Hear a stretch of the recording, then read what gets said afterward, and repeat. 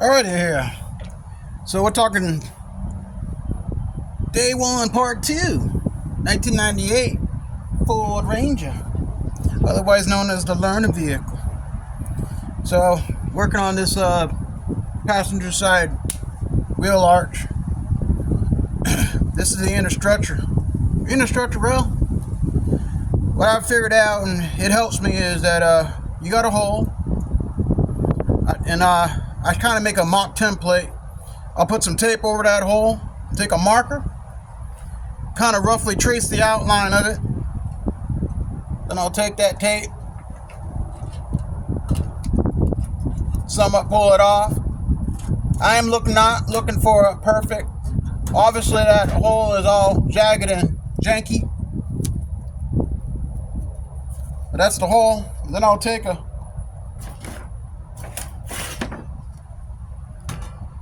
something like this. I'll transfer that tape right on to the working material.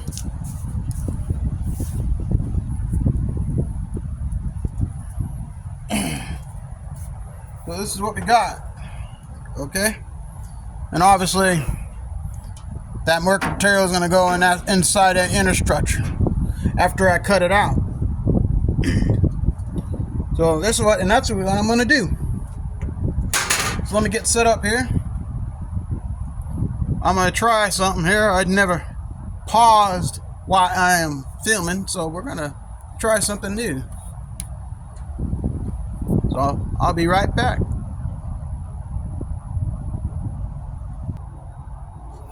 Alrighty. So the pause worked, and looks like I'm still able to go. Alright, so anyway, I set up and cut really quick. This is the material I'm still working with to cover up that hole. I'm gonna basically, as you can see the outline, I'm not cutting it flush. I'm just cutting enough off so I can have something to weld with. Let's see if I can get this here on film. And I can trim it down as I go. I'm not gonna like cut and butt it. I'm just gonna, I guess as you would call, do some type of lap weld over that hole and call it a day. You're probably not seeing anything here on film. Let's see if I can bring it closer. As you can see, I'm making it a little bit bigger, just in case my marker tracing is off. It wouldn't be the first time I've had to do this or recut a piece of material. So I'm just kind of eyeballing it. I didn't use no measuring tape. Matter of fact, I'm going to go a little bit bigger, just in case I need a little bit of wiggle room. Okay? Because once it's gone, once it's off, right? I don't want to be trying to weld little pieces back. No. Not here. I don't got time for that. No. But I am going to roughly, like I said, I'm cutting out a rough shape of what this is going to represent. And this is just covering up that inner structure. In the event 25 years later, I'll go back through and fix it up pretty again. If I have the truck 25 years from now. You never know. Might be a class. It might be an antique.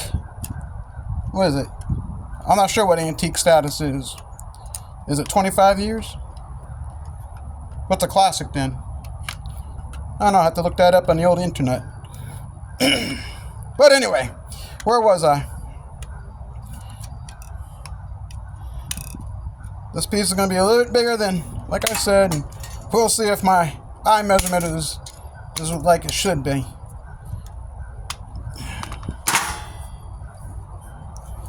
Alright.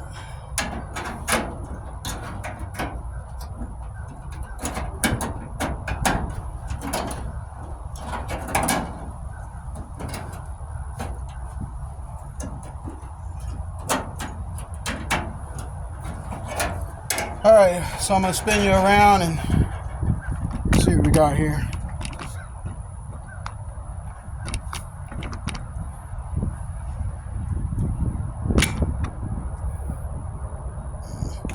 Lower you down.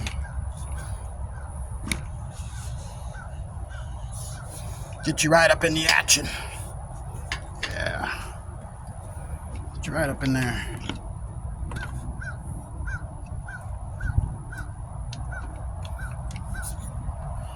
Get you close to the action right there.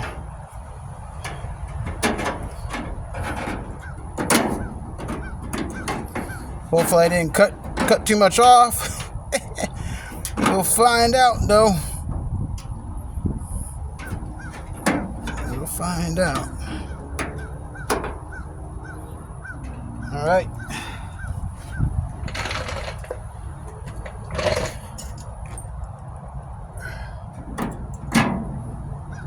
I probably did. I usually do. I'm an overcutter. I'd rather be an overachiever than an overcutter though. Well, let's see. Let's see if this looks.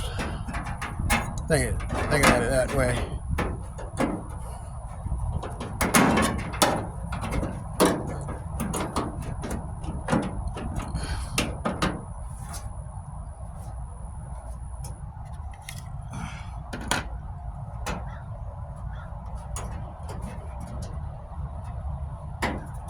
All right.